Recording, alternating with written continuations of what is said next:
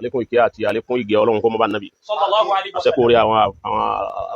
àdúrà tá a ṣe yìí Hayyakumullah. ọmọ bá gbogbo àwọn ẹni rí àwọn olóore wa Allahumma amin. Ọlọ́run ọmọ bá gbogbo wọn. Amin. Bàbá Mudirul Markaz Habibullah ta'ala wa nasara. ní gbogbo ọgbà ní kọ́lọ̀ wọn máa wà pẹ̀lú wọn Allahumma amin. ọlá Muhammad Rasulullah Amin. ọlá sallallahu alayhi wa sallam. Sallallahu alaihi wasallam. Ọlọ́run òun ló ṣe bàbá Mudiru ní ẹni tí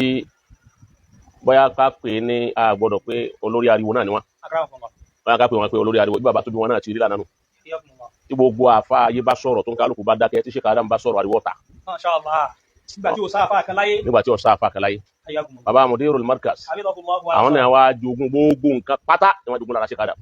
tí ọ̀bẹ yọ ẹyọ kan tó ṣẹ́kù mẹ́ Ọlọ́run tún sa àwọn náà ní olórí ariwo Masha Allah. wọ́n bá ti wípé níwọ̀n ẹyọ kan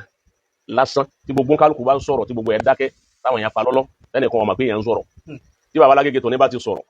ọ̀gbọ́ Na'am. gbogbo àti nẹ́ẹ̀tì ni àtòrí títì ni kódà inú yàrá ẹlòmíì nǹkan yóò sì gbọ́ ariwo Gbogbo assembly. gbogbo assembly Ó rí ganan. wọ́n rí nǹkan náà Akramakumullah. àfa mi ń bẹ bí ọba ti sọ̀rọ̀ nìkan náà lọ́mọ báwọn yẹn bá ti kú ń bẹ wọn tó náà rọ̀ mọ́ Masha Allah. ọ̀gbọ́ Akramakumullah. àwọn bàbá Alágége kọ́ ó rí wípé bàbá sọ̀rọ̀ ń bi program tí wọ́n lọ ní Ìkẹ́nẹ́ àyè bẹ́ẹ̀ Ìkẹ́nẹ́ kan lọ last week yìí Ṣé hijira bi? ìjọra Akute. Àkútè ni ókè Àkútè ni Allahu Akbar Akramakumullah. lákùtè bàbá wa sọ̀rọ̀ wọ́n bọ̀rọ̀ bọ̀ wá nípa ìjìra wọ́n á sọ pé Abubakiri àti òun kọ́ lọ́tẹ̀ láti nábì wọnú Daru Zawr Bẹ́ẹ̀ni. bàbá ní ẹni ọ̀tẹ̀ láti nábì wọbẹ̀ òun ni kọ́dà bàbá ní kírísítẹ́nì ni òun ní ẹni tí ẹ mú ànábì yìí ma ọ̀nà Madina lọ atọ́nà fana Muhammad Sallallahu alaihi wasallam. ó dẹ̀ mọ̀ pé ọ̀rọ̀ yẹn bàbá ti ń sọ ọ̀rọ̀ ntọ́jọ́ bẹ́ẹ̀ ti pẹ́ Masha Allah. wọ́n jẹ́ kó yẹ wá pé ìtàn yẹn irú ẹ̀ tó kọ́kọ́ ṣẹlẹ̀ rí Felix of Nola Ó jọ ìtàn. wọ́n lọ jọ ìtàn ẹ̀hẹ́n Nola. ibi táwọn èèyàn ti ṣe bàbá gbọ́ngbà táwọn èèyàn ní fìlà ká ìwọ̀n ní dẹ̀ làákà yìí lẹ̀ èèyàn á ṣe kéwú tọ́ ọjà àfa tó ló ní mímọ̀ tó ò ní mọ̀ inú mọ̀ ní kéèyàn máa dẹ̀ làákà yìí kalẹ̀ láti gbọ́ ọ̀rọ̀ mímọ̀ Masha Allah. ògbẹ́ni bá rí tí ń bá ti máa kánjú lọ́rọ̀ mímọ̀ ní kárí máa kánjú fèsì tí ò ní wádìí aláìmọ̀ kan nírú ẹni bẹ́ẹ̀ Masha Allah. ó ti yé ẹnu yìí tí bàbá sọ oníṣẹ́ àìtó rẹ̀ lómi torí tó jáde Bẹ́ẹ̀ni. ó tún bẹ̀rẹ̀ sí bú bàbá wípé bàbá ní Abubakiri kọ́ ṣé bàbá ńlá bàbá tiẹ̀ làbúbakiri ni abẹ́gbọ́n ìyá rẹ̀ làbúbakiri Ọ̀gbìn tí bẹ́ẹ̀ fún wa. ẹni wá ń bẹ ń bẹ wọlé Abubakiri ni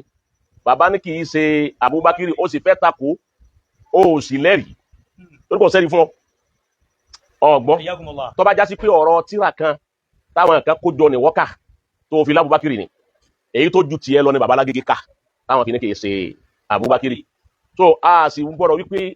wọ́n takò alukurani tó ní alukurani ọ̀ sọ pé Abubakiri ní bẹ́ẹ̀ mẹ́ kódà kò dákọ̀ pa ní Muhammad gani Sallallahu alaihi wasallam. إذ هما في الغار إذ يقول لصاحبه لا تحزن إن الله معنا àti Abubakiri ni àti Ànábì ni Al-Qur'an kò fẹ́ ká dákọ̀ ẹnì kankan mẹ́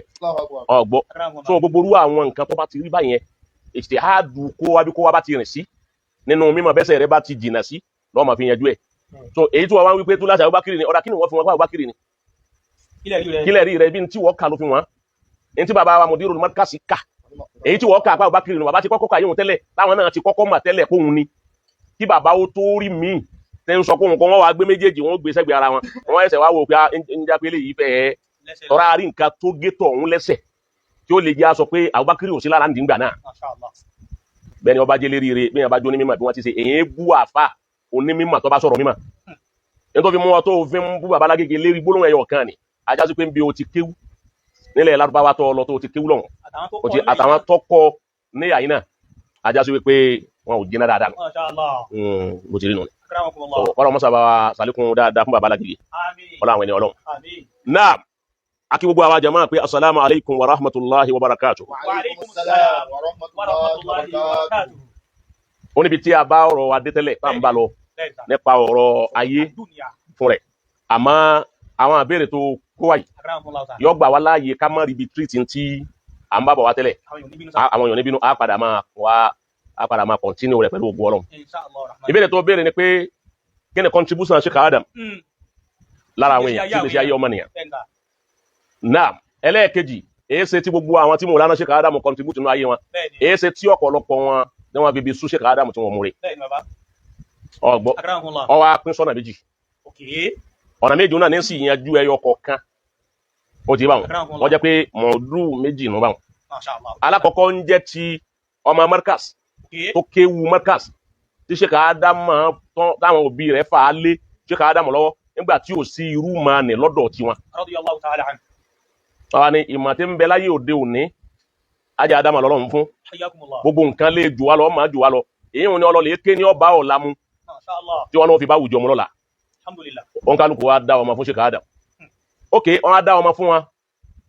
kí ni ẹ̀san tí àwọn èèyàn san lẹ́yìn ìgbà tí Sheikh Adam kú tán masha Allah. ọgbọ́ àgbọ́yé sá. ìjẹ́ gbogbo wọn ni wọ́n sẹ̀san masha Allah. ìjẹ́ kò sẹ́ni tí ń tún rotí kí ilé àfa àwọn ọmọ yìí má nínú ẹni tí Sheikh Adam kọ́ ń kéwú ìjẹ́ kò sẹ́ni tí wọ́n fẹ́ gbé ìdí àgbà àfà fúnlé àfà rẹ̀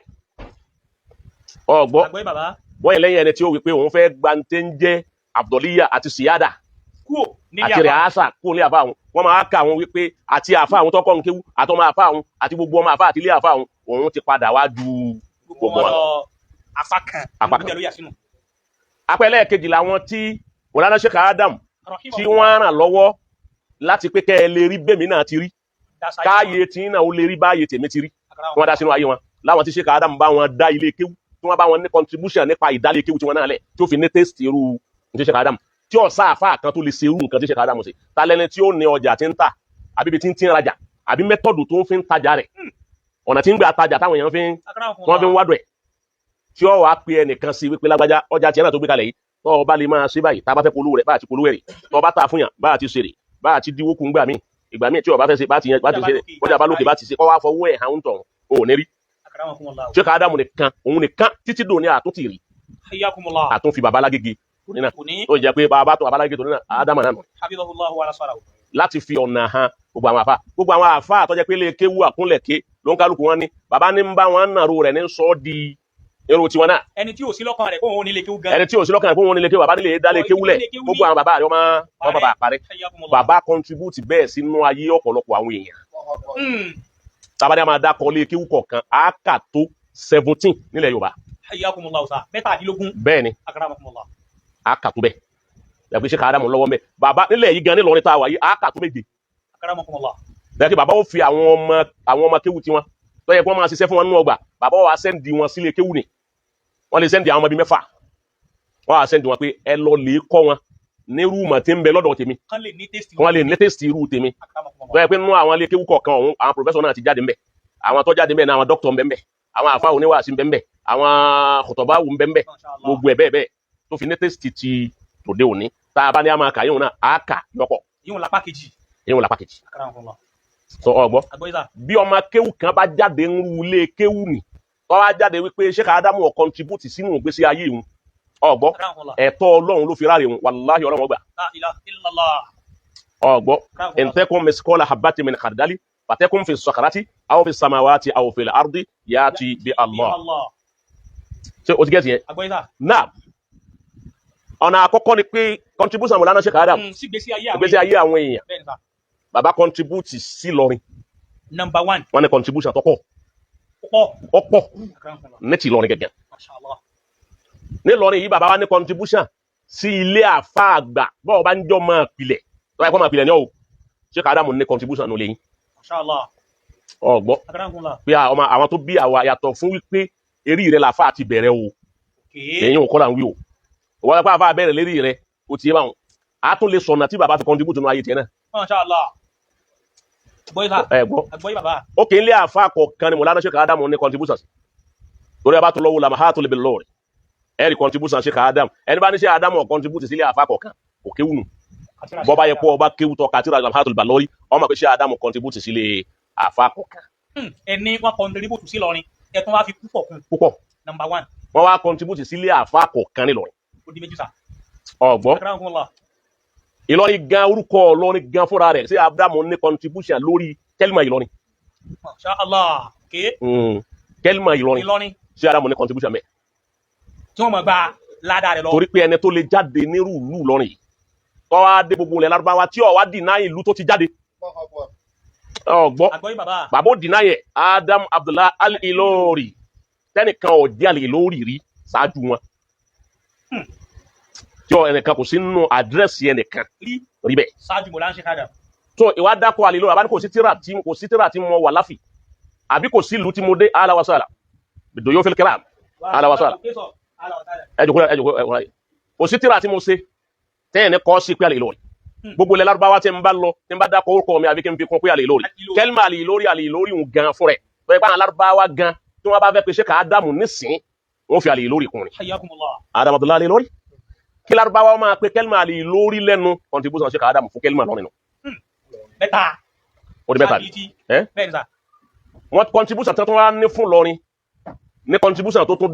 dáadáa òun ni pé bí bàbá ṣe ń jẹ́ àlè lórí títí mọ̀ lánàá ṣe bẹ̀rẹ̀ tí wọ́n fi lò ó parí wọn à stay ní orúkọ Ọlọ́rin rí wọn á bu yìí kún ni sustain ẹyọ kan tí bàbá ní fún Ọlọ́rin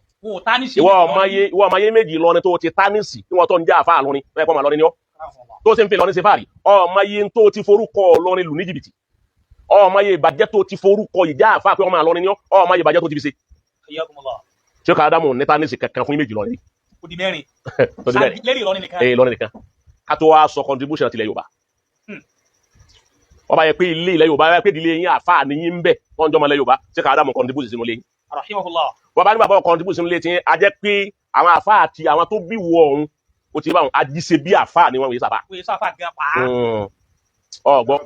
bóyá bàbá ọmọ bóyá òun star wọ́n bá ti lè sọ pé tí Adamu contribute kankan nínú ilé wa ajá sí wípé ẹ̀ ní sàn lè yín gbà náà. Àwọn àfáà kan sá. àwọn àfáà kan ti ń bẹ ń kọ̀rọ̀ yàrá ní ẹ̀kúnlé kan wọ́n kan jù wọ́n síbẹ̀ tẹ́nìkan ọ̀mọ̀ wọn. àmọ́ tó bá já sí pé ìdílé yín ìdílé àfáà ni tí wọn náà sì ń lo dáwùlà tí wọn ti ń bọ̀ wá bẹ̀ nípìnlẹ̀ ọ̀lànà Sheikh Adamu ní contribution bẹ̀ torí kò síbi tí bàbá ò tójú bọ̀ láti pé kóun ó gbé ọlá wọn ga ọgbọ́n bàbá kú ń bẹ bàbá òun ní Nasimu Sara tí bàbá ṣe wọn fi contribute sílẹ̀ Yorùbá lẹ́yìn ìgbà wọn ṣe tìlọrin tán ó tún wá kú ti Nàìjíríà al-Islam fi Nàìjíríà ní bàbá fi contribute sí gbogbo Nàìjíríà pátá wọn fi yún contribute sílẹ̀ Haúsá wọn tún ní contribution lé Haúsá táwùsá wọ̀ gbọ́dọ̀ gbàgbé àwa yín àyè àwa Yorùbá la gbàgbé la ṣàìmórí Haúsá ṣàìmórí Haúsá ṣàìmórí àmọ́ tẹ̀ máa ń pẹ́ àwa Yorùbá tẹ́lẹ̀tẹ́lẹ̀ bí ọ̀dàlẹ̀ bí nkankan èyí wọn bẹ pẹ̀lú wa a ṣẹ̀ṣẹ̀ máa ṣe tí wọ́n bí Yorùbá mọ̀nù ni wọ́n contribute bẹ́ẹ̀ sí Nàìjíríà wọ́n wá ní contribution fún alamu Islam alamu Islam wọ́n Sheikh Adamu ní contribution sí o ti bá kò sí bá ọba rìn lẹ́lẹ̀ Lárúbáwá tó ọba Lárúbáwá ilẹ̀ ìlú tó ọba lọ tó ọba rí ọwọ́ Sheikh Adamu ń bẹ̀ o ti bá yà kó ń bẹ kọ̀sọ́lọ́ ń bẹ̀ nù. wọ́n wá ṣe bẹ́ẹ̀ pẹ̀lú gbogbo wàhálà tí bàbá wa ṣe mélòó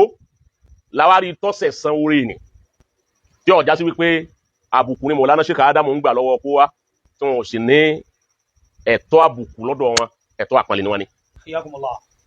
ọgbọ́n àfa. bàbá ẹja mọ̀ pé láti Ìlọrin ilẹ̀ Yorùbá Nàìjíríà alamu Islami Sheikh Adamu contribute síbẹ̀ ó sì máa gbára dá lérí gbogbo àyíká yìí dọ́là ọ̀sẹ̀. báwọn ọmọ bá láwọn ọ̀sẹ̀ sáré àwọn bàbá wọn sì ń ṣàdúrà. bẹ́ẹ̀ni ìwọ máa pilẹ̀ ìwọ máa gbalagbà ìwọ máa lé àfa nípìlẹ̀ tí Sheikh Adamu contribute sílé yín ẹ̀yin wá lẹ́yìn ọmọ bá yẹ wọn sọ̀tá abẹ́ ẹ̀fẹ́ rọmẹ̀ abẹ́yìn ẹ̀fẹ́ pa orúkọ bàbá yẹn rẹ àwọn tó bí yín tán bẹ́ nínú sàárè àtàwọn àjìdáàd wọ́n ń ṣépèlé yín ẹ̀ mọ̀ ni. ọgbọ́n òkú tó wà nínú sàárè tó ti lọ kí Sheikh Adamu tó da Sheikh Adamu sì dé wọ́n sì jí ààyè wọ́n sì jí sàárè rẹ̀ òkú wọn sì tún exist. wọ́n bá ti wọnú tí wọ́n bá ti kà wọ́n nísìn àfa alágbájá ó ń gbà tó wọ́n bá ti ń ka ìrántí wọn wọ́n exist ta lójú wọn máa exist bẹ́ẹ̀ Sheikh Adamu ni. so èyí hùn àìmúrí lọ́pọ̀ náà ká mú yín dúró lẹ́gbẹ̀ẹ́ kan bẹ́ẹ̀. àti bí ipa contribute sí ìgbésí ayé àwọn èèyàn dáadáa. àwọn tí wọ́n fà á táwọn tí wọ́n contribute láyé wọn kí ló dé tí wọn ò mọ oore fún Sheikh Adamu. ẹ̀kọ́ kan ló sọnù lára wọn wọ́n kà ń lé kéwú àmọ́ kò yé wọn. so ẹni tí Sheikh Adamu contribute sílé ayé àìdá àǹfààní kan ló mú nǹkan kan ló mú ní markas àǹfààní kan ló mú ń bẹ mẹ́tọ̀dù kan ló mú ń bẹ tí Sheikh Adamu yọ̀ǹda fún ọ pé ìwọ náà ṣe báyìí kí tiẹ̀ náà lè dà ọ̀nà tẹ́mi ń gbà mójútó ilé kéwù mi rè bí n ti òṣùlùmù mi rè mọ́nájú mi rè bí n ti ń ṣe rè wọ́n náà gbìyànjú òṣèrú ẹ̀ kí tiẹ̀ náà má fi parẹ́ gbọ́kọ́ sí tí rẹ̀ níbẹ̀ wá mú bẹ́ẹ̀ tán tó jẹ mùdùnmùdùn tó fi ẹ̀gúsí jiyàn tẹ́pọ̀ ẹ̀gúsí wá di ti èèyàn jírí ma tọ́gẹ̀dẹ̀ ewu kòkó yè tán tó di gígí tó bá rí bẹ́ẹ̀ tẹ́ ẹ bá ti rírun nǹkan báwọn bẹ́ẹ̀ inú gbogbo àwọn tí Sheikh Adamu contribute nínú ayé wọn nígbà tí wọ́n bẹ láyé tí wọ́n sànù wọn tẹ́ ẹ wá rí àwọn bóyá àwọn ọmọ wọn ní o àbáwọn gan fúnra wọn bizat ni wọ́n kọ́kọ́ fi àìmúrí wọ́n fi pàdé oore tí Sheikh Adamu ṣe fún wọn ẹ̀kọ́ ẹyọ kan náà ni wọ́n lack ló sọnù lára wọn ẹ̀kọ́ yóò níyùn ẹ̀kọ́ náà ni ta kéle kéwu sí Imam Shafi'i lólórin ni uzika fi nasimil kalami bi khamuzatin táǹkọrin ni tí Shafi'i lọ́kọ ni ẹni ọba kọ́ máa bá wọn ẹni ọkọ yẹn láti máa. kọ́ńtà lílmọ́ ṣe ṣẹ́kì مطيعا لا تغفلن سبب الكلام وواقته والكيف والكم والمكان جميعا. لا تغفلا سبب الكلام ووقته والكيف والكم والمكان جميعا. bó ló ń tẹ́gì filan bákan náà bó ló ń tẹ́gì filan bákan náà ó sì yìí tó ló ń bẹ̀ tí ọ̀rọ̀ bẹ́ẹ̀. أوصيك òsíkà ń máa sàsọ́lẹ̀ fún ọ lónìí في نظم الكلام بخمسة. في نظم الكلام. inú orin tí mo síjọ yìí òsíkà bi khamsatin nǹkan márùn ni mo fẹ́ sọ fún ọ ìwọ tó ti dàfà ìwọ tó rí orí níbì kan tó dì náà yorí náà ẹ̀kọ́ yìí ni òye ọ ọgbọ ẹni orí orí lára Sheikh Adam tó dì náà yẹ abẹ́ni táwọn bàbá wọn rí orí lára Sheikh Adam táwọn ọmọ wa dúró táwọn bàbá yẹ lọ tán táwọn ọmọ wa dun eré àga bàbá wọn wọn ní kò ṣe ń tọ́kan Sheikh Adam nínú gbèsè ayé àwọn bàbá wọn o ọtí wọn lè má wá tí ìbí ń jọ náà lọ́hùn àmọ́ àrí àwọn tí wọ́n wà láyé tí wọ́n sọ fún wípé Sheikh Adam contribute nínú gbèsè ayé toríjọ́ tẹ́ dalẹ̀ kéwìn nílẹ̀ àwọn bàbá yín wá bá Sheikh Adam pé kọ́nà àwọn lọ́wọ́ àbí Sheikh Adam pé ẹlòmíì wípé lágbájá wọn náà ṣe báyìí wọn fún mẹ́tọ̀dù pé bó ti ṣeré tí bàbá tó wá mú ọmọ kéwù tí wọ́n kọ́ wọn ni ẹ̀yin ẹ máa lọ kọ́ wọn ọ̀gbọ́n káwọn náà ó lè fi dàbí àwa náà wàlẹ́ kù wá látara wípé àwọn ọmọ padà dìnnà yín pé kò sọ́wọ́ Sheikh Adam mẹ́ ẹ̀yin náà rí wípé àwọn ilé kéwù ọ̀hún náà bá àsìkò yìí mú mọ́ Mashallah. wọn ò sínú star àsìkò yìí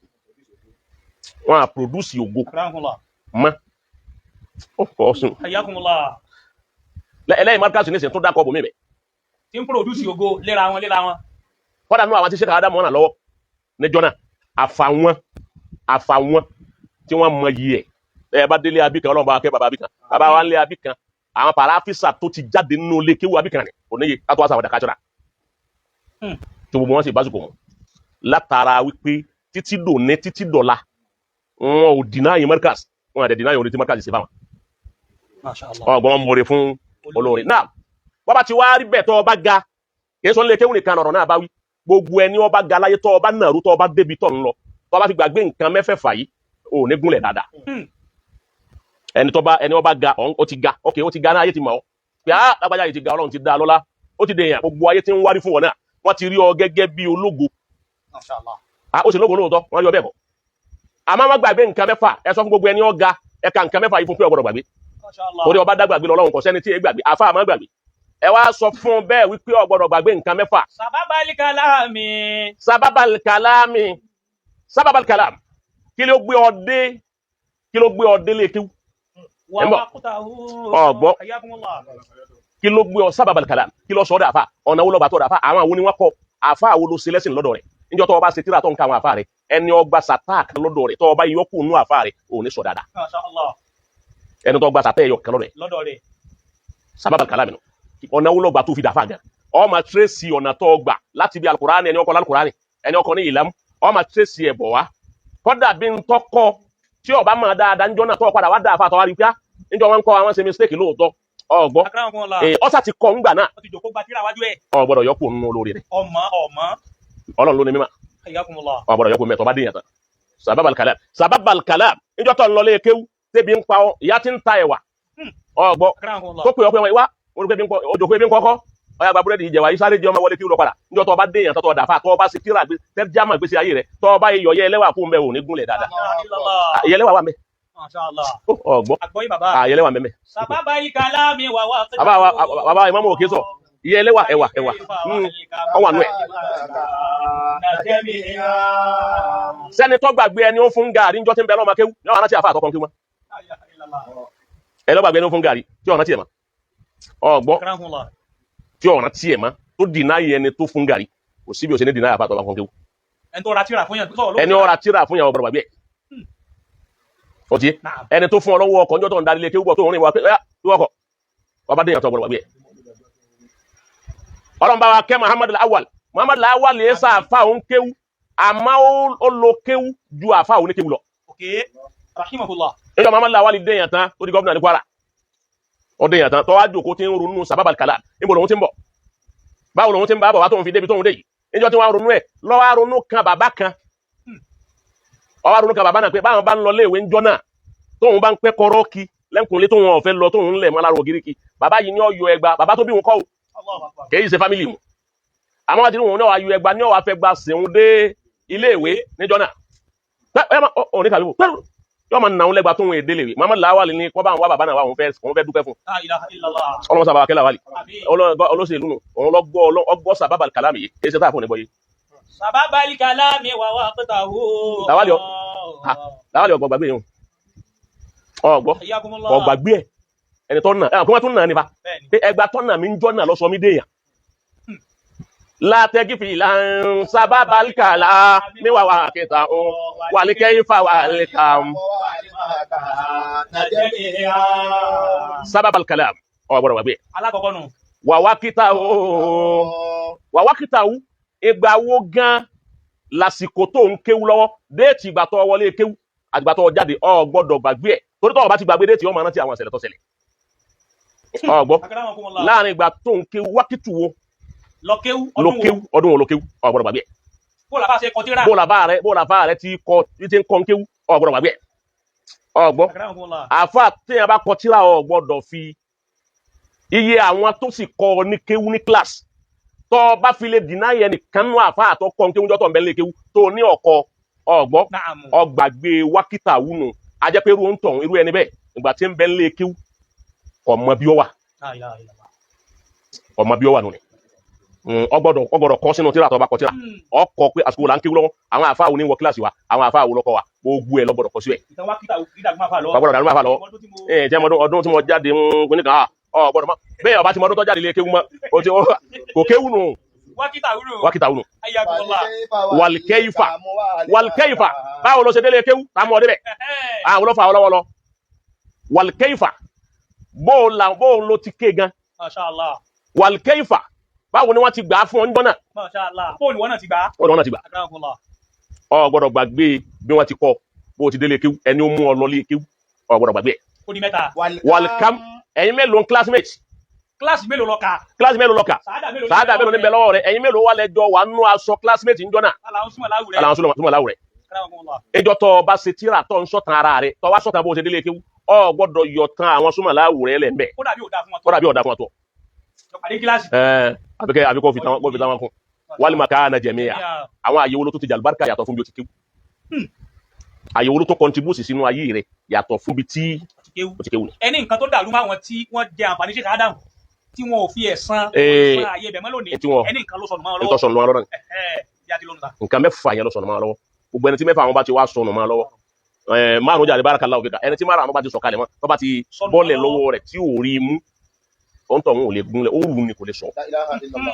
gbèlè tí ó rí ibi tí ó sọ sí ìyẹn wọ́n gbàgbé ayé gbàgbé ẹnu history ẹ̀dá ẹ bá wo àwọn artist tó bá interview àwọn artist yẹn interview wọn máa jẹ́ níwọ̀n ju interview àwọn àfáà lọ àwọn àfáà yọrọ́kọ̀ artist àwọn fíìmù yẹn àbáwọn olórin tẹ́ bá wo interview wọn yẹn sábà parọ́ gbogbo nǹkan wọn máa sọ tí ó jẹ́ níwọ̀n tí wọ́n máa ẹ bá dùn kan àmọ́ àwọn àfáà irọ́ yóò dáa ọgbọ́ ẹlẹ́mí ọkàn lè bùkún èjì rẹ̀ yọkàn bùkún ẹ bá kó àtọ́ àtàfà rẹ̀ ọdún kan níbẹ̀ láàrin wọn. kọ́ sí ẹlẹ́mí ọkàn bù yọkàn lọ yọ lọ rẹ́ǹtì èjì wa èyí wọn náà ń pè ní káyé má dídì ni. interview nípa ẹ̀wọ̀n interview yàn wọ́n interview rẹ̀ wọ 40 ọlọ́run ti dọ̀ lóhùn wọ́n wá interview wà ní 55 ẹ wá dúró tó lọ lè rẹ́ǹtì wá fún rẹ̀ wọ́n á bá wípé àtòun tẹ́ bá yọ èjì mú èjì ìyá rẹ̀ máa kú bí 6 years. Gbọ́kọ́ sí gbogbo ẹni tí bá máa ṣe báwọn ẹ gbọ́dọ̀ gbà tàn sílámù lọ́wọ́ rẹ̀ yóò parọ́ ànábì ní ti ṣe káádámù nínú ìgbésí ayé ṣe káádámù òrújú wọ́n fi lò láti wọ́n ti bí wọn 1917 wọ́n dẹ̀ kú 1992 òrújú gbogbo ọ̀rọ̀ gbésí ayé wọn wọ́n sì ń lákọọ́lẹ̀ fún tí wọ́n fi kú láyé wọ́n tún wá lákọọ́lẹ̀ kalẹ̀ pé táwọn bá kú tán bẹ́ẹ̀ ti sùkú àwọn yìí bàbá alágbègbè tó nínú àdéṣe ìtajú wọn náà ní kíní 1958 iná ni wọ́n bí wọ́n sì ní tí wọ́n fi ṣe dọ́kítù rẹ̀ ó ti bá òun ní bàbá wa rọ̀ yíṣù ní kọ́ba tó ní kọ́lọ́hún jáde wọn pé wọ́n níjọ́ tí wọ́n wọlé kéwú bàbá ti sọ mìíràn wọ́n tẹ̀kẹ́rẹ́ rẹ̀ kí wá tí wọ́n lójú àti sọ mélòó àfáà ló lè sọrú ẹ̀ yóò bù kéjì rẹ̀ ní yóò ní gbogbo tó ń wà yìí wọn gbọ́dọ̀ béèrè èjì nǹkan wọn dèdè ru èjì lòun fi wà ní ipò yìí kò ní lè sọ pé àfáà yìí jù mí lọ àbá yìí jù mí lọ MC Olúọmọ Ọlọ́run kó tó ṣàánú ẹ̀ sí má fi nǹkan kan sí ó ṣe nǹkan kan jò ní àfáà ò lè ṣe àfáà mi ò lè ṣe ọ pàdé Saheed Òṣùpá ọwọ́ adùn wa náwó sí Òṣùpá pé ọba orin tó jókòó yìí ó nígbà mo lọ kí ọba orin lẹ́ẹ̀kan tí mo wá tẹ̀ ọba orin wa ní fún ọmọ tẹ̀ fún ọmọ ní wàá tẹ̀ ẹ jù mí lọ olóṣùpá jù wọn lọ lọ́jọ́ eré nítorí ń sànú MC dé lónìí ó ní MC bó ti tó àti bọ́lọ̀ ti sànú ẹ̀ tó ọwọ́ tẹ̀ fún Òṣùpá wọn wípé àwọn kí ló rẹ̀ nu ọ ní ẹ jù mí lọ mọ wá rántí pé níjọ́ tá a fi ń bẹ́ ń kéke báyìí tá a máa wá jẹ tó lọ́dọ̀ àwọn màmá kẹ̀kẹ́ ọwọ́ sọ̀tàn rẹ̀ MC Olúọmọ nù ni ó èé sàfà ní ọgbàgbé sábà balikala ó sì lè sọ jáde láàrin gbogbo ayé wípé Òṣùpá jù wọn lọ tẹ́nì kankan ò sì mà pé Òṣùpá jù lọ gẹ́gẹ́ bí ntọ́lọ́ ń ṣe fún àti bọ̀tọ́ wa àbí bẹ́ẹ̀ kọ́ mélòó àfa ló lè sọ jáde bá àfa yìí jù mí lọ àfa yìí kọ́ mi àló dìnnà yẹn ni ọkọ̀ ń kéwú ní ọ̀wá ní dìnnà yẹn Ọlọ́run tó dá wáyé gan ó dìnnà yẹn ẹni tó ní ipa nínú ìgbésí ayé ẹ̀ ọ̀wá ní dìnnà yẹn ànábì níjà àlùbáríkà rẹ̀ ọgbọ́ èyí wọn Ọlọ́run sì sọ máa Al-Qur'an nínú àyà kan pé wala tanza'ul fadla bainakum àyà yẹn sura àyà ń tọ́láàkì ni ń sọ̀rọ̀ tọ́láàkù bọ̀ wá mi Suratul Baqara ọ̀rọ̀ tọ́láàkì ni ń bá bọ̀ láàrin ọkọ àtìyàwó nípa maharu tẹ́ ń sọ̀rọ̀ níbi wípé tí ọkọ àtìyàwó bá fẹ́ra wọn tí wọn ò bá ti bára wọn ní nǹkan kan pọ̀ ó ti wọ́n túká padà kún pèsè àdàkì sí méjì ó ti ẹni bá lè yọ̀ǹda bọ́kùnrin bá lè yọ̀ǹda kọ́ yọ̀ǹda bóbìnrin bá lè yọ̀ǹda ọ̀rọ̀ tí ń bá bọ̀ nígbà tó wá dáa nìkan wala tansa'ul fadla àwọn àfa onímọ̀ wọ́n wá ní wípé ẹnu la tansa'ul fadla bainakum a nígbé lérí ọ̀rọ̀ ọkọ àtìyàwó nìkan ó ti bá wọn yàní ara at-tawji'ul Qur'ani yu'addu qa'idatan 'amma qaida 'amma ni ó máa jẹ́ ó ti bá wọn torí wípé al-'ibra bi'umumil lafzi la bi khususis sabab ó ti so yóò ṣàmọ́lá umumi yóò dàfọ̀ qa'idatun 'amma wọ́n yẹ pé tashmulu jami' al-inzariya ó ti bá wọn jami'a يعني المعاملات الإنسانية أو الزوجية معاملة إيه لا رين يكون نجاتي يا واحد أكون كان general aspect general activity أقول لك general behavior أقول متى باتي وافون سين وامي أتي أوني أما لا تنسوا الفضل بينكم أني أبغى داسينو بس يا يري مزاري Ọlọ́run rí gbogbo ntẹ̀ ṣe gbogbo ẹni ó bá contribute nínú ayé rẹ̀ a máa sọ fún gbogbo àfa àtọ́ga ẹ máa mẹ́sàn gbogbo ẹ̀dá tó bá ní contribution nínú ayé yín ẹ má gbàgbé wọn ó lè já sí wípé ọlá pé ẹni yẹn lè má ó lè ti jù ú lọ lónìí kípò rẹ̀ ó ti jù ú lọ lónìí kíjì èèyàn rẹ̀ ó ti jù ú lọ kódà ó lè rà á pẹ̀lú owó àtọ́lá ipò tọ́lọ́ ń gbé ọ sílé jùpọ̀ rẹ̀ lọ àmọ́ gbogbo ọjọ́ tó bá pàdé rẹ̀ lóde tó bá yẹ pàrà fi ẹyọ kan lọ́ba kọ́ ibi ọba jòkó sí lẹ́yìn ẹ̀yin lọ́padà jòkó sí wọ́n padà dẹrẹ àgáwájú ẹni tó sì jòkó lẹ́yìn lọ́kẹ́kẹ́ yìí ọkọ̀ ó ní contribution nínú ayé rẹ̀ ọgbọ́n ti jágúmẹ̀lì àfáà rẹ̀ ni ó contribute nínú ayé rẹ̀ ó ní ara fi tọkọ ó ní tó ké lọ́dọ̀ rẹ̀ ó ṣe lẹ́sìn ní ń bẹ ni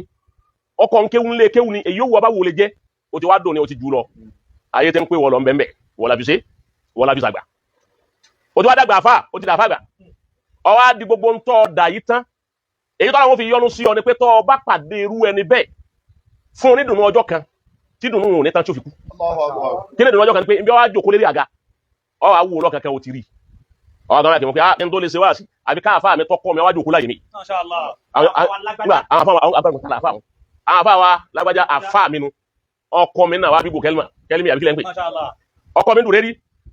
òun lọ́kọ́ mi náà wù ọkọ mi ní àwùsánù làfààl wọn kásìrì yá lọ́dọ̀ rẹ̀ lọ́dọ̀ wọn níjọ wọn kọ́ mi níjọ náà àwọn náà mọ̀ pé báyìí láàrin lónìí wọn ó dìde bí wọn wà tí wọn bá wá jókòó lérí àga mi ẹni ṣe wá sí. wọ́n láyé sì fẹ́ gbọ́. wọ́n wá lè yọ àfà wa níbi àga tí àfà wa tí wọ́n bá wọn tọ́jú òkú ọ̀mọ̀ wọn bàtà bọ̀ bá fi jáde àfọ̀bà bu ẹkún wọn yọ mi lójú kíní wọn lọ lè kan ọlọ́run lẹ́ẹ̀kan náà ọlọ́run lẹ́yìn màláíkà àti ìdálọ́lá ẹ̀dá ń tan stẹ́ẹ̀nì ọlá tàdá irú ẹ̀ ní ṣé ká dá máa ṣe tọrọ wọn fi gúnlẹ̀ sí bí ó gúnlẹ̀ sí ẹjá wà fáà náà máa ṣe bẹ́ẹ̀ ṣé ká dá mọ̀ gbé ọmọbìnrin lérí àfẹ́sìn níjọ́ tí wọ́n wá bá wọn nínú mẹ́kàs ọ̀làǹṣẹ́ àfẹ́sìn wọn ni àkógbé fáwọn ọmọ kéwòn ní àrà àlùbáríkà yìí náà ní gbogbo ń tàdá yìí tí ara mu ti dàfà gba gbogbo ayé nígbà náà ọwọ́ gbẹ́ ọmọbìnrin lé àfáà wọn lérí. ìmẹ́rẹ́ tó ṣe bẹ́ẹ̀ fún wèrè. bíi báwo kọ́ sí. àfáà ni wọ́n wà lákòójọpọ̀ kan ni ó wá láti ibì kan ó wá bá wọn afẹ́ gbẹ́. wọ́n wá ń sọ̀rọ̀ lọ́wọ́ ẹni yìí ti wá ya wèrè ní ní wọ́n á rìn lọ ń já búrẹ́dì lọ lójú ọ̀nà ó wá dáa ní àwọn wèrè tí wọ́n ń sẹ́ǹsì jẹ́jẹ́ pé ẹbùn mi lówó àwọn àfáà ẹgbẹ́ yòókù wa báyìí dákun máa lọ jẹ́ kí á gbádùn àfáà yẹn wá mú owó méjì gbàgbé tó 200,000 naira 500 mẹ́rin ó wá kó ó wá lọ kúnlẹ̀ báyìí ńlọrin bí ni o ní tòsí wá mi bí náà ni o ó wá kó owó lọ wá lọ kúnlẹ̀ ó wá kó fún wèrè àti mọ̀ bóyá wèrè báyìí kúnlẹ̀ wàláhì làásì 200,000 ó wá kó fún báyìí àwọn wúlò àgbà pé àbá Idris ṣe gbádùn Idris ló wà fáàtì ṣe gbádùn ṣé ò sí tẹ ó ní tóun ṣe ò lè yé yín ó ní gbogbo ìlú tóun ti wá gbogbo àwọn táwọn àbí àpàtó pa ń kóra nínú. La ilaha illallah Muhammadu Rasulullah. La ilaha illallah. wọ́n á rí káàkiri òun lọ́kílé lòun fi wá rí pé àfa àwọn rèé wọ́n ń tọrọ owó ẹ̀yin wá ń lẹ̀ ẹ̀mọ́ pàfà àwọn ni lòun fi wá kúnlẹ̀ kó fún orí kẹta pàfà àwọn láyé. Allahu akbar. wọ́n ti já àfáà yìí ti já gbèrè. Qasim sọ́ọ́rí tó ṣe ni ó ti kan ọ̀rọ̀ àfa àtòwíhun wàláhì yóò lò ọ́ ládàá lé àwọn ọmọdé ó tó lò. La tansawul fadla bayna ẹ má gbàgbé dáadáa láti dá dáadáa padà fẹ́ni tí dáadáa rẹ bá dọ́dọ̀ yín ayé gbàgbé Mọ̀lánà Sheikh Adam gbogbo àwọn àfáà tí wọ́n kéwú lọ́dọ̀ wọn ní bàbá kọ sínú tíra gbogbo àwọn àfáà tí Sheikh Adam wá dọ́dọ̀ wọn tí wọ́n ṣàdúrà fún Sheikh Adam ní Sheikh Adam náà dákọ̀ wọn níjọ́ tí bàbá Alhaji Àgbà lọ́nà bá wa kẹ́ wọn bá wa sàlékún kẹ́ wọn bàbá Alhaji Àgbà wọn àkọ́ Sheikh Adam ń kéwú bàbá wí pé nǹkan ń kéwú àmọ́ gbogbo ògbà ní máa pè mí làfáà gbogbo àní máa pè mí làfáà èyí sì kọ́ ń kéwú ó ti yé wọn kí ló fà tí Adam fi wí pé àfáà wa òun ni wí pé bàbá nígbà táwọn ń bẹ ń kéke àwọn sáà ń wo wí pé àwọn bá bàbá yìí sọ̀rọ̀ ń sọ̀rọ̀ sáfà yìí wọ́n fẹ́ kí wọ́n kí n bá wọn sọ̀rọ̀ káwọn náà bá mi sọ̀rọ̀ kájọ dialogue gẹ́gẹ́ bí ìfẹ́ tí bàbá ní tí wọ́n jọ́nà àwọn Alhaji Àgbà wá jókòó sí aláwọ̀ alẹ́ bá wọn pé aláfàfà sáyìí láti tó ẹ gbọ́ sáyìí láti tó àwọn Alhaji Àgbà wọn wá ó kù díẹ̀ ẹwù ẹnu gbólóhùn ni ṣé Ádámù wá ó dùn má wọn àwọn délé àwọn sọ fún bàbá tó bí àwọn pé wọ́n bá alágbájá sọ̀rọ̀ ni ẹnu ẹyọ kan ní lásán wípé èèyàn kan tó dùn máa wọn jọ náà bàbá ọgbàgbé bàbá tó wá sọ gbogbo àwọn ọmọ kéwú pé ntọ́ ṣẹlẹ̀ sí mi ńgbà náà tó yẹ kí Ádámù tó sọ yìí níbi wọn ti gadé hùn wàláhì wọn yọ hapun wọn ò gbé gbèsè rẹ lọ. wọn kà sí ẹni tí ó mọ̀ báyìí láì tí tó. wọn kà sí ẹni tí ó mọ̀ báyìí láì tó ni wọn sàfi rí compensation pé kọ́ sàfi bá wọn sọ. òun ni jọ́ tí Kamal tá a fa àgbà kàn Sheikh Adam lọ mẹ́sàn pé tá a fa àgbà kàn àwọn tó sì jùmọ̀ lára Sheikh Kamal lọ ń bẹ láyé ńjọ́ náà àmú ní tí Sheikh Adam rí tó sọ pé àfa àgbà ti kàn ó ní tá a fi ṣe àfa àgbà lọ́dọ̀ ọgbọ́ àfa yìí Mọ̀lánà Sheikh Adam lọ ọlọ́lá ni fọdùlá bẹ́ẹ̀ náà. ok ẹ má já mọ̀ pé continuation ìsẹ̀mí Sheikh Adam ni Mọ̀lánà Mudir continuation khidma fún Sheikh Adam ǹjẹ́ ó lè continue ó lè pé barakallahu fika ya Qasim làákàyè rẹ ó jiná nígbà kan àwọn yóò ní Qasim òun náà ní máa ti kò tì mí wọ́n lọ understand Qasim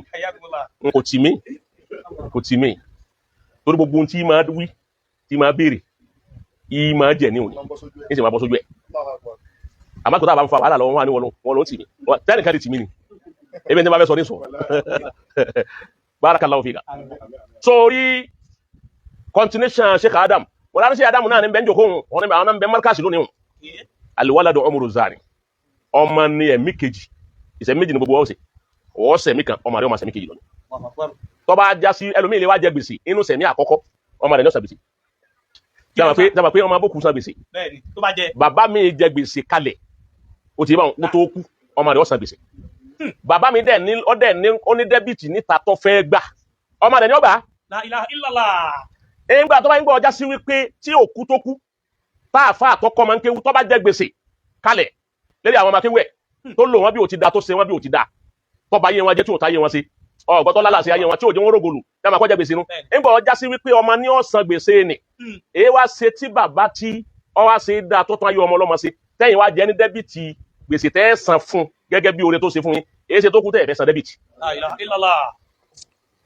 òun dẹ́bìtì ara ẹ̀ ẹ̀sìn olùkọ́rọ̀ yìí sọ ń tẹ̀ lọ́rọ̀ yìí báyìí tọ́ba jẹ́ pé gbèsè lọ́ba jẹ́ ẹlẹ́sẹ̀ máa fi wọ́n sàn ọmọ sàn èyí ṣe táyì wá ní dẹ́bìtì tẹ́ ẹ̀ san fún wa tẹ́wá ló ti kú àníṣanmọ́ ẹ má jẹ owó olówó bẹ́ẹ̀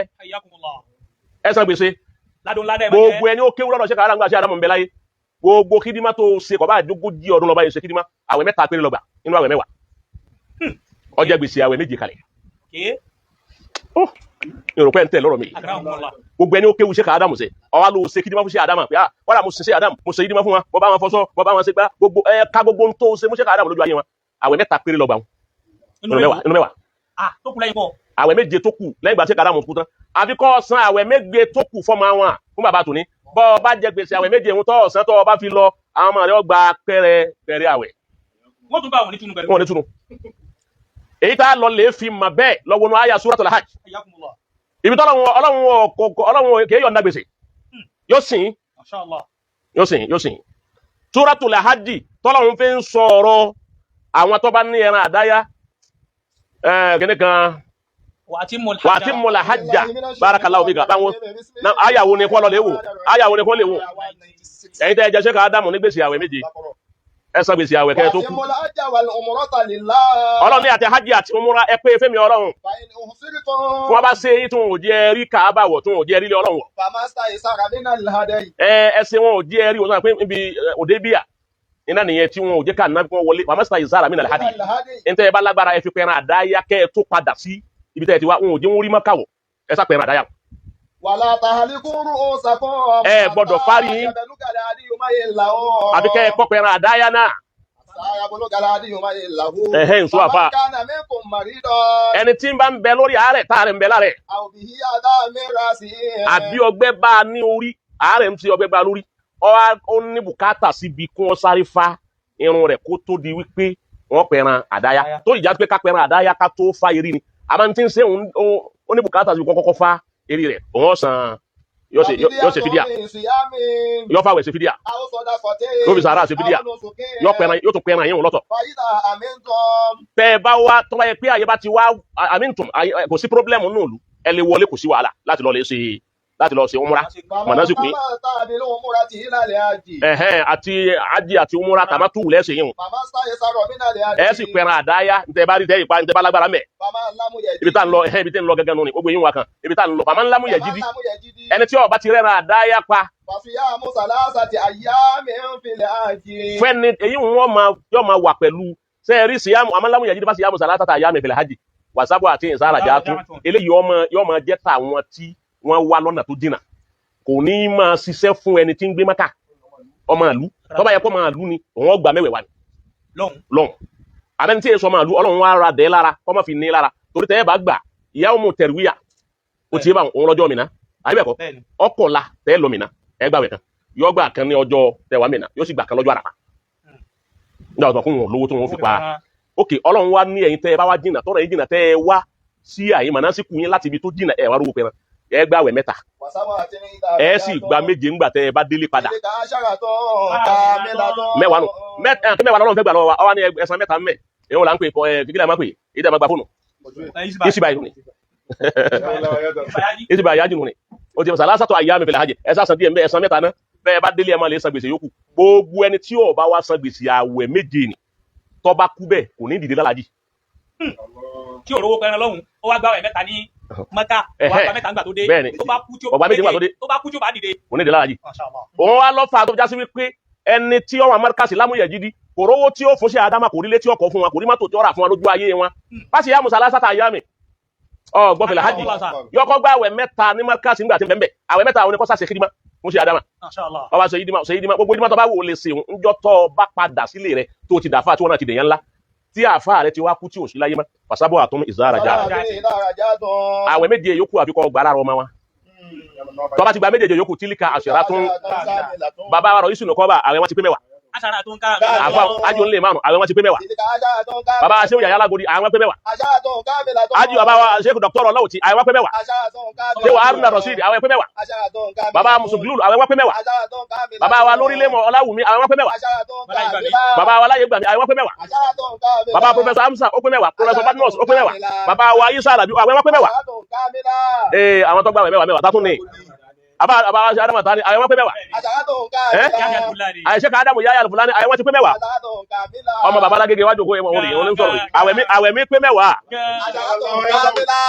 bàbá gbogbo àwọn àgbààgbà fà tí wọ́n dúró lánàá tí wọ́n sì dúró lónìí tí wọ́n rí bàbá alágége tòní wípé bàbá àwọn nùkí dímọ́ táwọn ò rí ṣe lánàá tán gbèsè táwọn jẹ àwọn fẹ́ san lára tòní tílíkà aṣọra tó bàbá alágége ó pé mẹ́wàá ọgbọ́ àmàdùn wọ́n ti sọ èyí wà tí rí mítà ń lọ tílíkà aṣọra káàmìlà àwọn tí wọ́n ń sáàfù tòní náà ma tílíkà aṣọra tó ń ẹni ó sáàfù ṣe káàdámù lánàá tó ṣe wọ́n tó ń ṣe gbogbo ẹ̀ àyàmù sàlásàtò àyàmì ló ṣeun wàsábọ̀ àtún ìdárajá àtún méje àwẹ̀ tó kù tó gbà òun ni kò sẹ̀san fọ́mọ kò rí ọmọ gẹ́gẹ́ bí bàbá àtàná gbèsè tó wá jẹ tó gba àwẹ̀ méje òun gbà kó tó kú tọ́ra màmá rẹ̀ wọ́n ti sàgbèsè ọgbọ́kọ́ sí bó ti rí nù. gbẹ̀n tó bá rẹ̀ mẹ́ta lójú ayé Sheikh Adam ẹgbàá méje yòókù bá gbà á àwọn mọ̀sán kò sí ẹni ó lè gba mẹ́wàá tán lójú ayé Sheikh Adam ẹlòmíì lóhun ti gba mo ló ti gbà tán ọgbọ́n ni àní sábọ̀ àtọ̀ sàlásàtọ̀ àyà mi fẹ̀lẹ̀ hajj wa sábọ̀ àti ọlọ́run gan ti jẹ́ àmà kó o lè san gbogbo ẹ̀ tán yà yín kọ́dà bá sàásìlẹ̀ àwọn pẹ́ mẹ́wàá sábìlẹ̀ sàlásì àwọn pẹ́ mẹ́wàá bàbá lórílẹ̀ àwọn pẹ́ mẹ́wàá gbogbo àlọ́ ó ṣe kí ni mo gbójú ọdún fún Sheikh Adam sàlásàtọ̀ àyà mi náà ọwọ́ akútẹ́ ọgbà sábọ̀ èyí ò ní pé n tó ṣe fún ọmọ gbọdọ̀ tó ju n tó ṣe fún ìdí rẹ̀ tálájú òun lè márùn-ún fi ń kúnlẹ̀ táwọn kan bú wọn wípé ẹwájú òun lè márùn wọ́n lè kúnlẹ̀ ní wọ́n ṣe wíwá èyàn gbà àwẹ̀ méje pé ọ̀sán gbèsè àwẹ̀ méje eléri ibú ọwọ́ ara tiẹ̀ tó orí gbèsè ẹyọ kan san àwọn ọmọ rẹ̀ ọ̀sán ọ̀sán ó tó wá lè má bà mọ́ torí wọn náà ò lè gbèrò wípé tí wọn náà bá kú tán ọmọ kéwú tó ọkọ ọ̀dọ̀ ta ọmọ rẹ̀ àgbà tó wájú wá dọ̀tà àfáà rẹ̀ ó ti ó jẹ́ gbèsè àwẹ̀ nù ni ọ̀sán ẹni bá sin Sheikh Adam tí ò sin babalágége tó ní nígbà tí ò sin kankan. wọ́n bá tó wá sí wọn fi àníyàn sí wọn. ẹlòmíín sin bàbá àtàná ó sin tòní náà ó sì tó ní gbèsè àwẹ̀ lọ́rùn. ó sin Sheikh Adam dáadáa ètò olóhùn sí ìwúdí lónìí. ó sì jẹ́ gbèsè àwẹ̀ lọ́dọ̀ òwúsà. ẹ̀tọ́ nípa àníyàn rẹ̀ sí. ọlọ́run wá ní wà tẹ́kùn lá bẹ́ẹ̀ bá fẹ́ san gbèsè àwẹ̀ méje yòókù ẹ fi bẹ̀rù ọlọ́run san o. wa'lamu anna Allah ẹ lọ lè máa pé tọ́ ọba yẹ jẹ gbèsè àwẹ̀ tọ́ san fáfá rẹ̀ wa'lamu anna Allah shadidul lọ lè máa wípé dìgbòlùjà àyà ń bẹ lọ́dọ̀ Ọlọ́run àti kọ́lé oṣóyà dìgbòlùjà àyà àti kọ́lé oṣóyà ń bẹ lọ́dọ̀ bàbá ẹni tó bá lóhun ní san gbèsè ẹ san gbèsè mo ti nínú rẹ̀ wọ́n kálukọ̀ ọmọ mẹ́sàn-án kọ́ rẹ̀ bábẹ̀ rẹ̀ bá ti pé mẹ́wàá ok mìíràn pé mẹ́wàá àwẹ̀ tèmi náà pé mẹ́wàá àwẹ̀ tèmi náà pé mẹ́wàá wọ́n kálukọ̀ ọmọ mẹ́sàn-án. kọ́kọ́ bá di gbẹgbẹgbẹ mọ́jà gbèsè kulẹ̀ rẹ̀ kí ni mo ṣe ká dá àwọn òrí ṣe bẹ́ẹ̀ wá àwọn gbàlẹ́ ìmùdírù. ok ngbà tí wọ́n ti ara mú bẹ láyé ẹgbà mẹ́wàá pọ̀ bó ti rí nù ní làwù hakùn wàlẹ́ ìsà alẹ́ yìí hakùn wà máa kọ́ la falẹ̀ hasanu lè jẹ́mílù. làwù akọ wàlẹ́ ìsà alẹ́ yìí akọ wà máa kọ́ la falẹ̀ hasanu lè jẹ́mílù. làkọ́dí ká dá rasulu yàrá hukuka alẹ́ yìí lè gẹ́rì fáwọn rasulu. làwù hakùn wọ́n bẹ káwọn ọmọ akéwú ọmọ fùsù rẹ̀ kún wọ́n máa pè ọ́ láàfà kó sì mọ́ láàfà wọ́n máa rá bàbà wà lẹ́yìn sáàlẹ̀ ẹ̀ hakùn wọ́n ìjà àfà rẹ̀ ń gbèsè àpẹẹlẹ wò fún. làwù hakùn. ọgbọ ọbẹ káwọn ọmọ òun bíìlì àwọn ọmọ akéwú pé wọ́n lè gbàpò láìsí kan wá wọ́n lè gbàpò kí ni wọ́n rà mílíkì wá wọ́n lè rẹ̀ wá ó bíìlì gbogbo wà lẹ́yìn sáàlẹ̀ ẹ̀ hakùn kí ni wọ́n ti san fáfá àti ẹ̀rí. làwù hakùn. ọbẹ kọ́ ọmọ fùsù rẹ̀ ọmọ akéwú tí ọba mọ̀ ọmọ akéwú ó ṣe pèlè. làwù hakùn. wà lẹ́yìn sáàlẹ̀ ẹ̀ hakùn wọ́n ò sì máa fà rẹ̀ láàfà àfà kan bẹ́ẹ̀ náà àwọn àfà rẹ̀ lárúbáwá nínú àwọn tó ti lọ ni mọ̀ká tíra rẹ̀ ọ kí wúlọ́dọ̀ àfà rẹ̀ ọ wá ṣe kídímà àfà rẹ̀ ní 50 years ó ṣe kídímà àfà ní 50 years ń ṣe nǹkan tíra mẹ́ ń ṣe gbogbo nǹkan mẹ́ gbogbo nǹkan ń dá sọ̀rọ̀ mímọ̀ ń dá sọ̀rọ̀ gbogbo nǹkan kò sì kú lọ́ndà àfà rẹ̀ ọba fẹ́ kọ tíra yọkọ̀ lè gbà yọ̀ǹda pé ó ní wọn sọ fún mi fẹ́ kọ tíra báyìí àfọ̀n lè kọ́ lọ́wọ́ bàbá kò ní ṣe nǹkan kan àfikọ́ sọ fà ọ wá ṣe 50 years àfà wa kú nígbà àfà wa kú tán wọ́n á fi ọmọ àfà jẹ khalifa tọ́ nígbà wá di wọ́n wá tún wá bí ṣe máa wá lọ́mọ bá wí pé bàbá àwọn tẹ́ẹ̀ ń ṣe kíní kún ti kú ẹ̀yin náà lè dúró láyé yìí ó ní ọlọ́run wọn ṣe yí dímákù ni oúnjẹ tó wọn bá kú náà ní kídímá èmi nígbà tí ó yá khalifa bàbá rẹ̀ wọ́n bá gbé khalifa lọ sí masari wọ́n tó fi jẹ ipò kan ní masari ọwá kù níbi ọwà ọlọ́bẹ̀ làáfà àta ní ṣe kídímá lọ́wọ́ ń tẹ̀ láti bà lọ. lé ayé tiẹ̀ tó ní àlọ́ òun ó ṣe kídímá kú ó tún kó masari ó tún lọ lú mi ó tún tẹ̀lé lọ. làlífà àfà wa ń sọ fún ìjọ kan wípé ṣé ìwúlágbájá ó ní adúrógbó tọ́lọ́ ń ṣe fún yín ẹ̀yin gá ti jù mí lọ ọlá yín ti jù mí lọ gbogbo tọ́lọ̀ ń ṣe fún yín ti jù mí lọ tòun ti bẹ́ẹ̀ tún ní kídímá tẹ́ ẹ ṣe fún bàbá mi ẹni kò tó ẹlẹ́ẹ̀tì rí ṣe débi tẹ́ ẹ fẹ́ ṣe dé ó ní ń tẹ́ ẹ fi béèrè ọlọ́run ọ̀tà fún yín. làwù hakùn wàlẹ́ ìsàlẹ̀ yìí hakùn wà máa kọ́ la. falẹ̀ hasanu ọfẹ́ gbà wọ̀ lọ́wọ́ ọmọ akéwò fún àfa àti ẹni wọ̀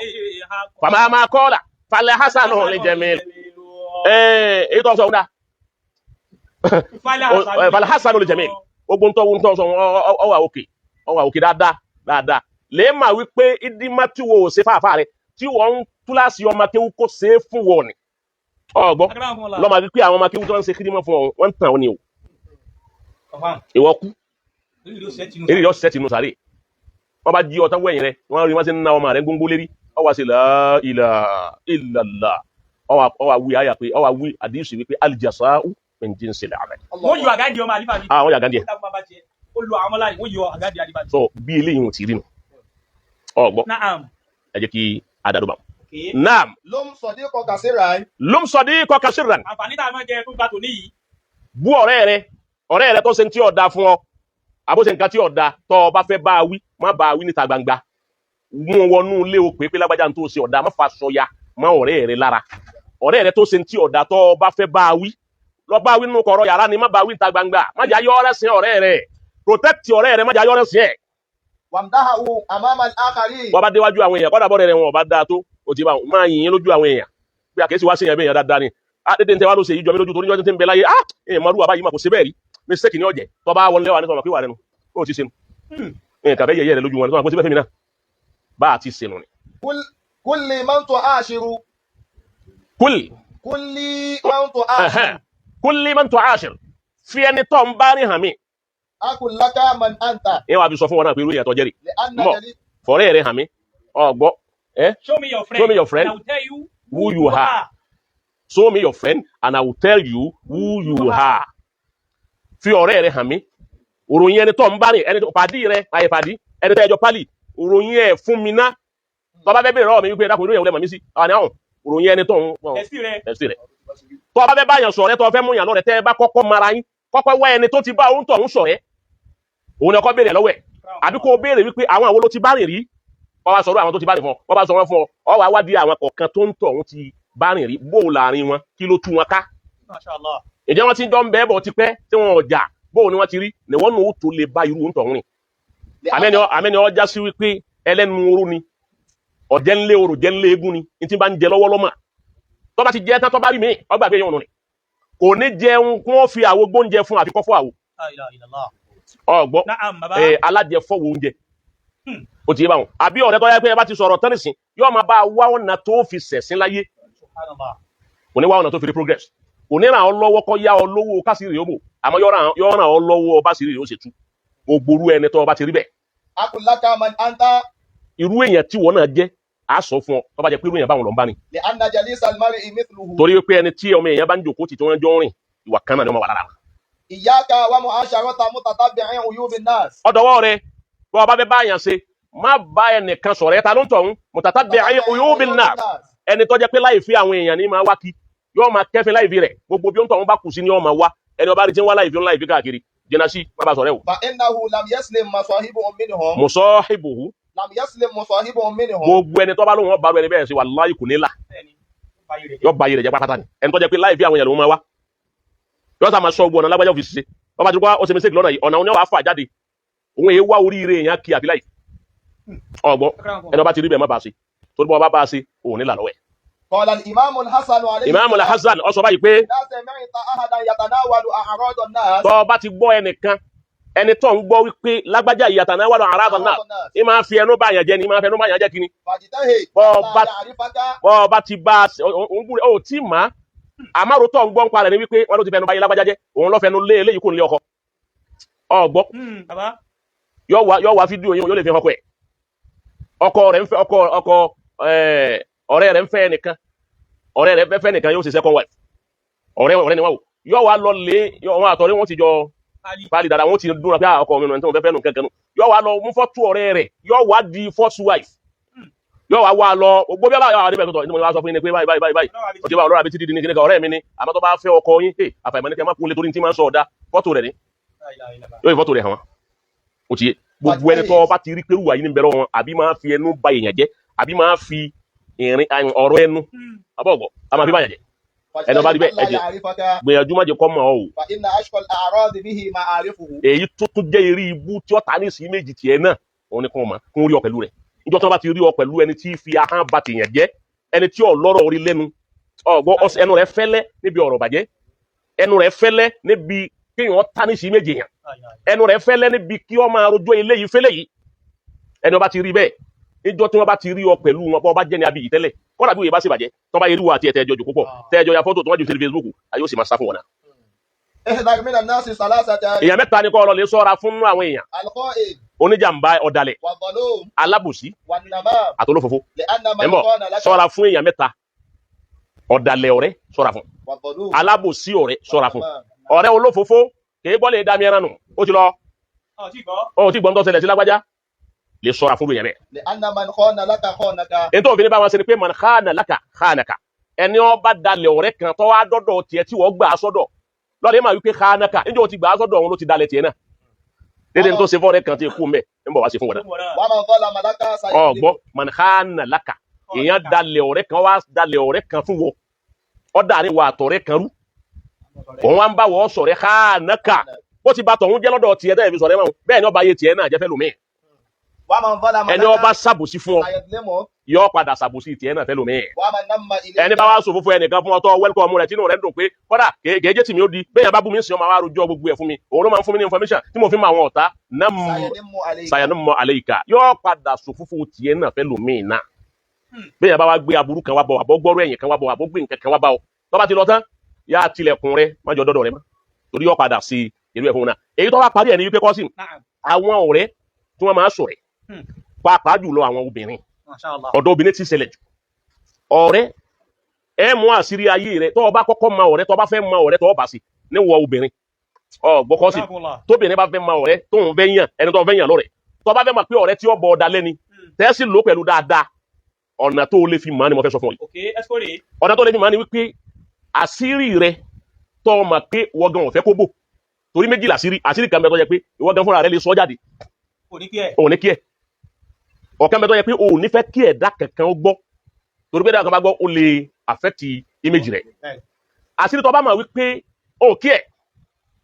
máa yẹn bá gbọ́ kí wọ́n gbọ́ kí ni wọ́n ṣe irú ẹ̀ ni ọkọ̀ fi test ọ̀rẹ́ tó fẹ́ pàṣẹ lọ́wọ́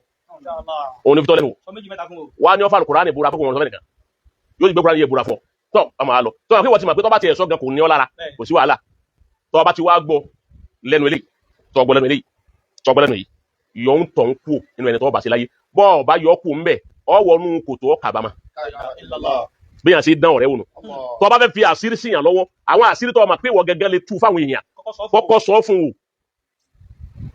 bí ọkọ bí akọ́dà níjẹta ọkọ mi fún mi ní 2 million wọ́n sọ fẹ́ nìkan wò ìfẹ́ kẹ́ nìkan kan gbọ́ wò kò tí ì wà wọn tọmọ kébìyàn bá gbọ́ kò sí wàhálà fún ọ tó bá ti gbọ́ ń bì kan má bọ̀ rẹ̀ hùn sí ẹlẹ́ẹ̀kejì ọ̀rẹ́ tó sọ àṣírí fún láṣìírí lọ́wọ́ ọ̀rẹ́ rẹ̀ láṣìírí tí èsà àti tó fẹ́ bò bá ti sọ́lẹ̀ kan ọba tó bí ọ̀wárí kọ́ sọ fẹ́ nìkan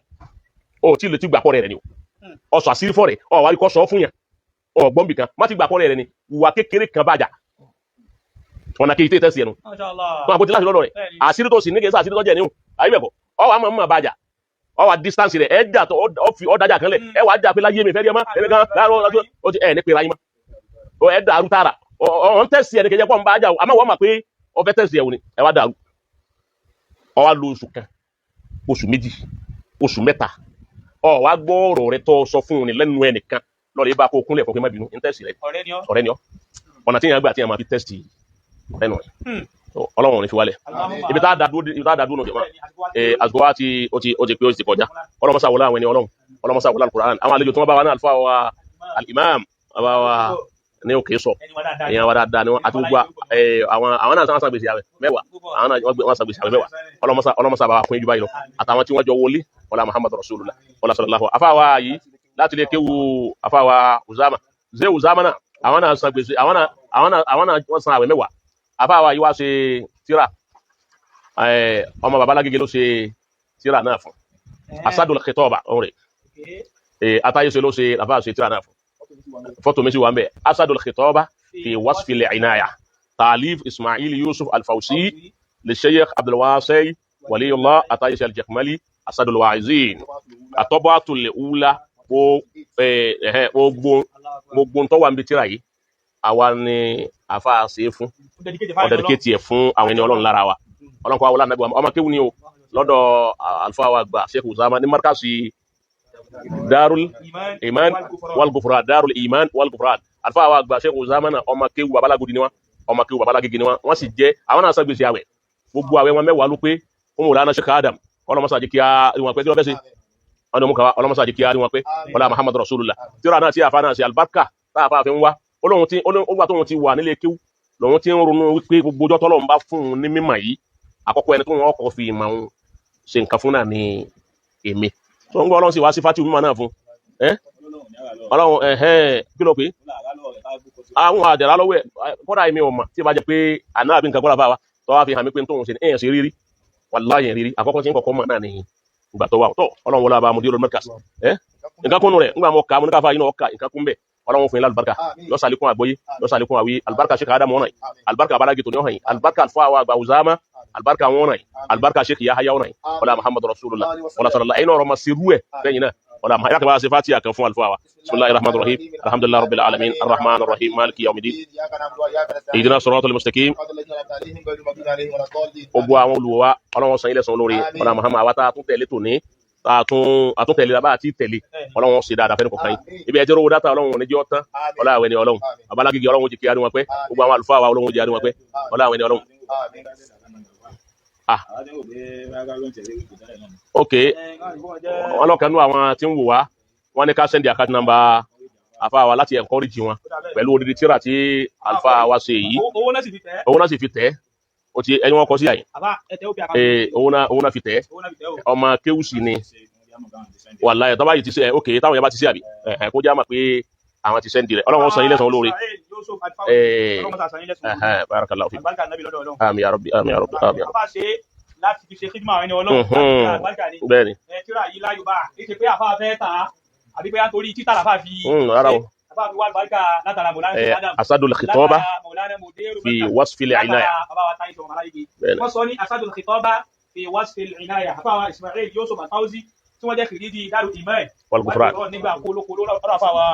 Usama tí ọlọ́mọ àwọn sanyílẹ̀ sọ̀rọ̀ lórí sí la hawla wala quwwata illa billahi al-aliyyil azim. ladan àbí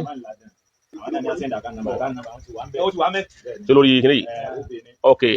ó ti wà mẹ́ wọ́n máa ń ṣe sọ́tà fún straight báwọn.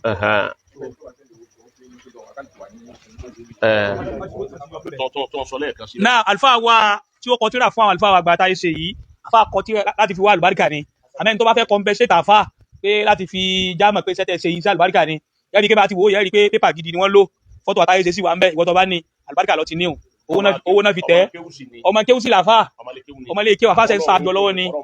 àmọ́ bàbá mi bò wọ́n mímọ́ ní ti ń bẹ́nu tíra yìí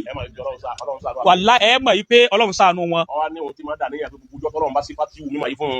ọmọ babalágége ló wọn kọ́kọ́ ṣe tíra torí pé gbogbo àwọn ìrìn àjò mi bẹ́ẹ̀ tí ń bá bọ̀ gbogbo ẹ̀ ló máa tábà wọn fi ṣe tíra yẹn. YSO Ọláníyì ẹ lo dípà ẹ ṣe wọn ní káfà sẹ́ndì account number wọn wọn máa bless account àfà inshallah Raymond Ladan àwọn náà làwọn bless àfà wọn làwọn like yín gàṣà Ọlọ́run jẹ́ kí a rí yín pẹ́ agbára wọn la hayakumullah gbogbo ẹ̀yin tó bá fẹ́ ṣètò bàbá náà Ọlọ́run san yín lẹ́san olóore àlùbáríkà nẹ́bí òun ló ti wà mẹ́ àfà Ismail kíníkà Ladan ló ti wà mẹ́. Ọlọ́run san yín lẹ́san olóore Ọlọ́run ní fi yín lé ọlá nẹ́gbà Muhammad assalatu wassalamu alayka ya rasulallah assalatu wassalamu alayka ya nabiyallah assalatu wassalamu alayka ya akrama khalqillah alfi salati wassalami abadan da'ima alayka wa ala ashabika ajma'in subhana man lam ya'lam qadrahu ghayruhu wa la yablighu alwasifuna sifatahu subhana rabbika rabbil izzati amma yasifun tani YSO ìlú wọn sẹ́ndì 20 sí Ọlọ́run san yín lẹ́san olóore ọgbẹ́ tí ká má ti lọ àbí tọ́ Ọlọ́run san yín lẹ́san olóore Ọlọ́run san yín lẹ́san olóore ọlá Muhammad Rasulullah gbogbo ẹ̀yin tẹ́ ẹ dá sí àpò àfà látara dáadáa tá a fà ṣe àti gbìyànjú ẹ̀ àwọn ibi tó yẹ kéèyàn máa náwó sí rèé ọgbọ́n kéèyàn náwó sí di mímà gbogbo ntọ́ ọba nínú kọ́ ná sí di mímà mùsùlùmí ò gbọ́dọ̀ kó owó tí ọ̀nà fọlọ́run lọ náà fésù ọ̀gbọ̀n lè máa sọ pé bẹ́ẹ̀ ló ń bá dé pati kò sí ní tí ò lè bà ná àmọ́ tó bá dé mọ́sálásí bá ní wọ́n fowó kalẹ̀ dédé owó tó ń kálukú ń filẹ̀ mórí márùn ún filẹ̀ tó bá jẹ́ pati agbépasù jáde a máa yá ebi tó náà sí òun kò lè lábọ̀ ọ̀dọ̀ Ọlọ́run nìkan iná làbọ̀ wà tó Ọlọ́run èwo ló tún wọlé ẹnìkan náà ṣe 5,000 ẹ ń wọlé sọ́dọ̀ rẹ̀ àgbá kò lè bó bí wọ́n ti ń ṣe nísìnyí dọ́dọ̀ rẹ̀ àbá Raymond Ladan ẹni àkọ́kọ́ ló ṣe 20 àbá àtọ̀hún náà ṣe 5,000 àwọn èèyàn máa débẹ̀ wọ́n kú máa kúkú béèrè àmọ́ bí wọ́n ti béèrè ẹni ní ẹnu rẹ̀ ẹ gbọ́ bàbá bèèrè ọ̀rẹ́ ìṣẹ̀kọ́lẹ̀ ẹni mọ́ fún wa tọ́ra ní ahọ́n tó dùn tí wọ́n fi béèrè owó àmọ́ àbí bàbá wa lókè sọ àláhán tó dùn wọ́n fi béèrè owó èyí tá a fi ṣe wá sí iṣẹ́ tá a gbé lọ́wọ́ yìí ahọ́n tá a nínú rẹ̀ àmọ́ gbọ́ owó wọn tí wọ́n ní táwọn fẹ́ sínú Ọlọ́run san ilẹ̀ san olóore àbá náà sì ṣe nítorí owó òun náà sọ ó ní mo ṣe mo fi wà lùbáríkà níta bá sọ nù ó ní mo ṣe mo fi wà lùbáríkà lára yín ó ní bẹ́ẹ̀ ti rí yìí ó ló wù kọ́ lọ́wọ́ ó ṣe wọn bẹ́ẹ̀ ó tún jù wá lọ pẹ̀lú ògùn Ọlọ́run ó tún jù wá lọ ó tún jù wá lọ ọlá Muhammad rasulullah ọlá sallallahu alayhi wa sallam ọlá sallallahu alayhi wa sallam gbogbo wa náà Ọlọ́run san wálé san lórí ọlá àwọn ènìyàn ẹjẹ àràfà rẹ báyìí náà ajiwa Ibrahim ọlárẹwájú àwọn náà ti 5,000 ó rí pé ọ máa rí àwọn tí ń bá ń wò ní àádà wọn máa má padà tà rẹ ó yọ máa wọlé léra wọn alibarika ṣe káàdà mufti Jakmali òun náà ní 5,000 òun náà ó ṣe 5,000 sí o bárakàlá ẹ̀yẹ́ sẹ́tọ̀ ń pẹ́ kọ́sìm kọ́sìm ó ṣe tẹ́lẹ̀ túláàsì kọ́sìm ó ṣe tẹ́lẹ̀ gbogbo wàhálà láàṣẹ fún Haji Ibrahim ọlárẹwájú yìí wọn olólùfẹ́ ọmọ abálágége ni wọ́n máa ṣe dáadáa àwọn náà ti fi 5,000 kalẹ̀ ọlọ́run san ilé gbogbo àwọn tó bá kú náà wọ́n máa fi sí ẹja àràfà rẹ̀ báyìí náà atalmultaqo walakum minna atyabu shukur. Assalamu alaikum wa rahmatullahi wa barakatuh.